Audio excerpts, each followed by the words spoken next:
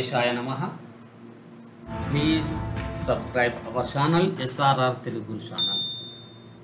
కాబట్టి ఇప్పుడు ఈ టెట్లో భాగంగా టీజీడీ బీఈడీ స్కూల్ అసిస్టెంట్ వాళ్ళ కోసం మరి ఇందులో భాగంగా మనం ఇప్పుడు తెలుగు కంటెంట్లో భాగంగా 3వ తరగతి తెలుగు కంటెంట్ గురించి నేర్చుకుందాం. 3వ తరగతి తెలుగు కంటెంట్. ఈ 3వ తరగతి తెలుగు కంటెంట్లో భాగంగా ఇందులో టోటల్గా 14 లెసన్స్ ఉన్నాయి. అయితే ఒక్కొక్క లెసన్ గురించి మనం ఫస్ట్ నేర్చుకుందాం. ఎందుకంటే ఫస్ట్ క్రమ సంఖ్య, తర్వాత పాఠం పేరు, తర్వాత ఇతివృత్తం, తర్వాత ప్రక్రియ. ఎందుకంటే క్వశ్చన్లో ఇది ఏ ప్రక్రియకు చెందింది, దీని ఇతివృత్తం ఏంటిది, ఇది ఏ పాఠంలో ఉంది అని ఇలా రకరకాల ప్రశ్నలు అడగడం జరుగుతుంది. అప్లై మెథడ్లో అడగడం జరుగుతుంది. కాబట్టి దీన్ని మనం తప్పకుండా మీకు ఈ ఉన్నటువంటి దాన్ని కూడా మీకు పెడతాను. తప్పకుండా ఇవి నేర్చుకోండి. ఇవి నేర్చుకోవడం వల్ల ఇందులో నుంచి ప్రక్రియలు, ఇతివృత్తం వీటి నుంచి 2 లేదా 3 క్వశ్చన్స్ తప్పకుండా వచ్చే అవకాశం ఉంది. కాబట్టి తప్పకుండా మీరు ఇది ఎందులోని అనేది చాలా చక్కగా నేర్చుకోండి. ఫస్ట్ పాఠం వానదేవుడా. ఫస్ట్ పాఠం ఏంటిది? వానదేవుడా. దీని ఇతివృత్తం పర్యావరణానికి చెందింది. పర్యావరణ పరిరక్షణ చేయాలని మనం ఇప్పటి గవర్నమెంట్ ఎంత చక్కగా అభివృద్ధి చేస్తుందో మనందరికీ తెలుసు. దాంట్లో భాగంగానే చెట్లు పెట్టడం కూడా మనం చేస్తున్నాం. అందరూ కూడా పెడుతున్నాం, అందరూ కూడా పెట్టాలి. ఇది ప్రక్రియ గేయములోనిది. వానదేవుడా అనేది ఇతివృత్తం పర్యావరణం, ప్రక్రియ మాత్రం గేయము. ఏ ప్రక్రియకు చెందింది? ఇది గేయానికి చెందింది. తర్వాత నంబర్ 2 బాలభీముడు. ఇది భారతంలోని కథ. బాలభీముడు ఇది ఎందులోనిది? ఇతిహాసం. భారతము, రామాయణాలు ఇతిహాసాలని మనం నేర్చుకున్నాం. కాబట్టి ఇతిహాసం అనేటువంటి ఇతివృత్తం, దీని ప్రక్రియ మాత్రం కథ. బాలభీముడు కథ అని గుర్తుపెట్టుకోవాలి. బాలభీముడు కథ ఇతిహాసం. ఇది ఏ ప్రక్రియకు చెందింది? కథకు. బాలభీముడు ఏ కథకు చెందింది? దేనికి చెందింది? ఏ ప్రక్రియకు చెందింది అంటే కథకు చెందింది. మరి ఇందులో ఇతివృత్తం ఏంటిది అంటే ఇతిహాసం అని జ్ఞాపకం ఉంచుకోవాలి. తర్వాత అమ్మ. ఈ అమ్మ అనేటువంటిది పాఠం సంస్కృతిని, విలువల్ని నేర్పుతుంది. సంస్కృతిలో భాగంగానే అమ్మ కదా. అమ్మ లేనిది ఈ ప్రపంచం లేదు కదా. అందుకోసమే సంస్కృతి విలువలని ఇతివృత్తంగా ఈ అమ్మ పాఠము తీసుకొని తర్వాత ఇది గేయానికి సంబంధించినటువంటి ప్రక్రియ. ఇతివృత్తమేమో సంస్కృతి విలువలు. ఏ ప్రక్రియకు చెందింది అని అడిగితే గేయానికి చెందింది. అమ్మ పాఠము అని గుర్తుపెట్టుకోవాలి. అమ్మ అంటేనే సంస్కృతి, అమ్మ అంటేనే సంస్కృతి యొక్క విలువలు. అమ్మ అనేటువంటి గేయములో సంస్కృతి విలువలను నేర్చుకున్నాము అని గుర్తుపెట్టుకోవాలి. తర్వాత ఈ అమ్మలో అమ్మ దయ.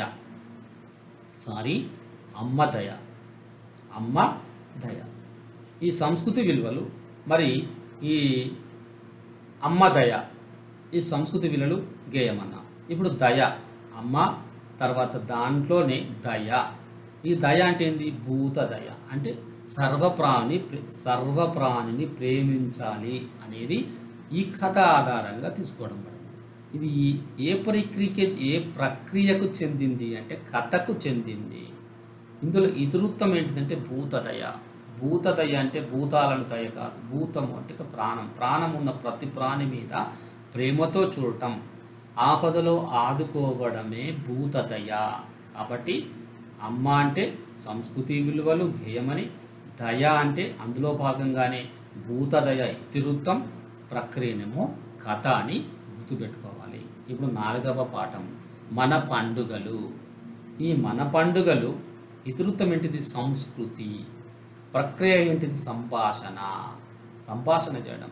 మన పండుగల విశిష్టత. ఉగాది నుంచి మనం నూతన సంవత్సరం ప్రారంభమవుతుంది.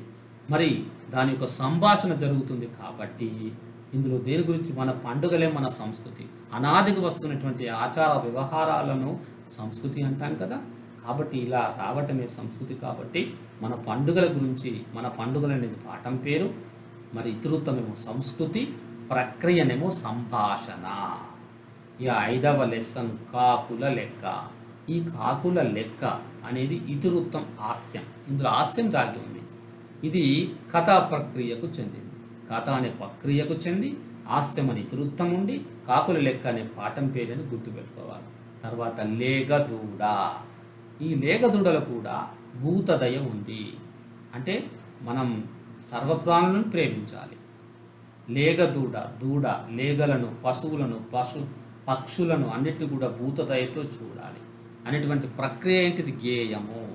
ఈ భూతదయ అంటే లేగదూడ అనే పాఠములో ఇతివృత్తమైనటువంటి భూతదయతో గేయం అనే ప్రక్రియతో ఈ పాఠంలో ఉంది, ఈ పాఠం ఉంది అని నేర్చుకోవాలి, గుర్తుపెట్టుకోవాలి. లేగదూడ అనే పాఠం దేనికి చెందింది? ప్రక్రియ. ఏ ప్రక్రియ? గేయం అనే ప్రక్రియ. ఇతివృత్తం ఏంటిది? భూతదయ. తర్వాత 7వ లెసన్ నీటి అందాలు. 7వ లెసన్ ఏంటిది? నీటి అందాలు. ఈ నీటి అందాల యొక్క ఏంటిది? దర్శనీయ స్థలాలు.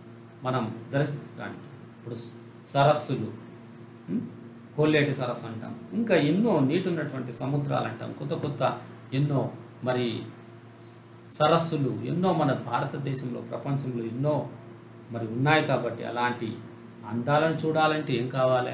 దర్శనీయ స్థలాలు. మనం వెళ్ళాలి, దర్శించాలి. మరి ఇతివృత్తం ఏంటి? దర్శనీయ స్థలాలు. మన ప్రక్రియ ఏంటిది? వ్యాసానికి చెందినటువంటి పాఠం. ఈ వ్యాసం అనే భాగంలో దర్శనీయ స్థలాలు ఇతివృత్తంతో నీటి అందాలు అనే పాఠం ఇమిడి ఉంది అని నేర్చుకోవాలి. తర్వాత 8వ పాఠం మతిమరుపు తీగ. మతిమరుపు తీగ. మతిమరుపు తీగ. ఇందులో ఏముంది? ఇతివృత్తం ఏంటిది? హాస్యం దాగి ఉంది. ఇది ఏ ప్రక్రియకు చెందింది? కథ అనే ప్రక్రియకు చెందింది. కథ అనే ప్రక్రియకు చెందింది. తప్పనిసరిగా 2 లేదా 3 మార్కులు ఇందులో వస్తుంటాయి. కాబట్టి వీటిని అన్నిటినీ బజాట్ చేయండి, బాగా అవగాహన పెంచుకోండి.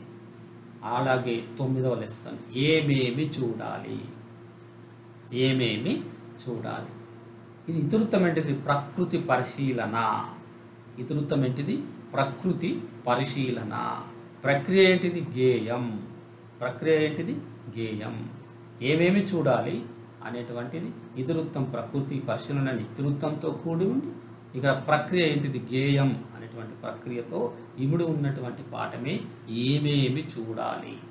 తర్వాత 10వ లెసన్ వేమన శతకం. వేమన శతకం.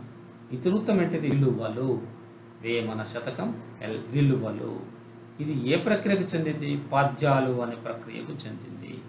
పద్యాలు అనే ప్రక్రియకు చెందింది. 11వ లెసన్ తెలంగాణ రాష్ట్ర చిహ్నాలు అంటే గుర్తులు. ఇది ఏ ఇతివృత్తం? సంస్కృతి అనే ఇతివృత్తం చెంది వ్యాసం అనే ప్రక్రియ ద్వారా ఇక్కడ తెలంగాణ రాష్ట్ర చిహ్నాలు పరిచయమైంది. అలాగే 12వ లెసన్ తోట తల్లి. తోట తల్లి.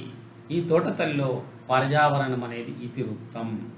ఇది గేయ ప్రక్రియకు చెందింది. తోట తల్లి. మన భూమిని, మన తోటని, మన వనాల్ని తల్లి అంటాం కదా, తోట తల్లి. ఇది పర్యావరణం ఇతివృత్తం. పర్యావరణం కాపాడాలి అనేటువంటి ఇతివృత్తంతో ప్రక్రియ గేయం అనే ప్రక్రియతో స్టార్ట్ అయింది. అందులోని ఈ 12వ దాంట్లో పక్షులు అనేటువంటి పాఠం ఉంది. ఆ పక్షుల్లో ఇతివృత్తం పర్యావరణం. ఇతివృత్తం పర్యావరణం గేయం అనే ప్రక్రియకు చెందింది అని గుర్తుపెట్టుకోవాలి. తోట తల్లి, పక్షులు 2 కూడా పర్యావరణానికి చెందింది, గేయం అనే ఉన్నటువంటి ప్రక్రియకు చెందింది. అలాగే 13వ లెసన్ మహాత్ముడు. మహాత్ముడు. ఇది ఇతివృత్తమైన స్ఫూర్తి. మహాత్ముడు మహాత్మా గాంధీ, లాల్ బహదూర్ శాస్త్రి, ఇలాంటి గొప్ప వాళ్ళందరూ కూడా మనకు స్ఫూర్తిదాతలు. స్వాతంత్రాన్ని సంపాదించి పెట్టారు. వాళ్ళ యొక్క ఎన్నో బాధలు కోర్చారు, కష్టాలు అన్నిటినీ ఓర్చి మనకు స్వాతంత్రం సంపాదించి పెట్టారు. కాబట్టి వాళ్ళని మహాత్ముడు అని అంటున్నాం. వాళ్ళ ఇతివృత్తమైన స్ఫూర్తి. ఆ స్ఫూర్తిని మనం తీసుకోవాలా, ఆ స్ఫూర్తితో మనం చదవాలా. కాబట్టి స్ఫూర్తి. ఇక్కడ ప్రక్రియ ఏంటిది? వ్యాసం. ప్రక్రియ వ్యాసం. తర్వాత ఈ 13వ పాఠంలో భాగంగా ఆట బతుకు. ఏం పాఠం? ఆట బతుకు. ఇతివృత్తం ఏంటిది? పిల్లలు, ఆసక్తులు, నైపుణ్యాలు.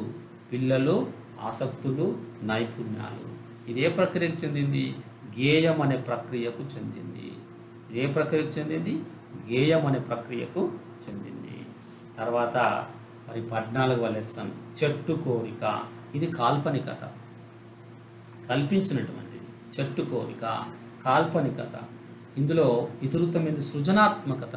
ఎలా ఉండాలి? సృజనాత్మకత మనలో ఉన్నటువంటి హుషార్తనం, మనలో ఉన్నటువంటి లోపల తాగి ఉన్నటువంటి మరి ఒక గొప్ప సృజనాత్మకత దాగున్నటువంటి కళ. కాబట్టి ఇది ఏ ప్రక్రియకు చెందింది? కథ అనే ప్రక్రియకు చెందింది. కథ అనే ప్రక్రియకు చెందింది. ఇందులో 14వ పాఠంలో భాగంగా కొబ్బరి బొండం. కొబ్బరి బొండం ఇది ఇతివృత్తం ఏంటిది? హాస్యం. ఇందులో హాస్యం దాగి ఉంది. ఇది ప్రక్రియ పేరేంది? చిత్రకథ. ప్రక్రియ పేరేంది? చిత్రకథ. చిత్రకథ. కాబట్టి ఈ 14 లెసన్స్ 3వ తరగతిలో ఉన్నాయి. కాబట్టి వీటిని తప్పకుండా మనం ఏ ప్రక్రియకు, ఏ ఇతివృత్తం అని ఏ ప్రక్రియకు చెందింది అని తప్పకుండా మనకు బిట్స్ వస్తున్నాయి. కాబట్టి వీటి మీద కాన్సన్ట్రేషన్ బాగా చేయండి. బాగా చేసిన తర్వాత బాగా మననం చేయండి. మననం చేసిన తర్వాత మళ్ళీ మనం తర్వాత వచ్చే లెసన్లలో కూడా చెప్పుకుంటాం. కాబట్టి వీటిని చూడగానే టకీమన్ నేను ఒకటి అడిగిన అనుకోండి, లేగదూడ. ఇది ఏ ప్రక్రియకు చెందింది? టక్కుమని చెప్పాలి. గేయం. తర్వాత వేమన శతకం. ఇతివృత్తం ఏంటిది? విలువలు. అలాగే వేమన శతకం ఏ ప్రక్రియకు చెందింది? పద్యాలు. అలాగే మహాత్ముడు అనేటువంటిది ప్రక్రియ ఏంటిది? వ్యాసం. ఆట బతుకు అనేటువంటి ప్రక్రియ ఏంటిది? గేయం. వానదేవుడా అనేటువంటి ప్రక్రియ ఏంటిది? గేయం. ఇతివృత్తం ఏంటిది? పర్యావరణం. బలభీముడు యొక్క ఇతివృత్తం ఏంటిది? ఇతిహాసం. లేదా ఇందులో ఇతిహాసం ఏ భాగానికి చెందింది అని అడగచ్చు కూడా, ఇతివృత్తం. లేదా ఈ కథ ఏ ప్రక్రియకు చెందింది, ఇది ఏ పాఠములోనిది అని కూడా అడగచ్చు. కాబట్టి ఎట్లా అడిగినా అప్లై మెథడ్లో మనం ఇవన్నీ నేర్చుకుని ఉంటే ఈజీగా మనం ఆన్సర్ చేయొచ్చు. కాబట్టి మీరు మనసంతా త్రికరణ శుద్ధిగా దీనిపై పెట్టినప్పుడు తప్పకుండా మంచి విజయాలు సాధిస్తారని నేను కోరుకుంటూ, కాబట్టి please subscribe our channel SRR Telugu Guru channel. వీటిని లైక్ చేయండి. ఖచ్చితంగా సబ్స్క్రైబ్ చేయకుంటే మీ ఫ్రెండ్స్కి చేయండి. ఇది మన ఛానల్ కాబట్టి తప్పకుండా ప్రేరణ ఇస్తారని కోరుకుంటూ మీ రాజేందర్, అధ్యాపకులు.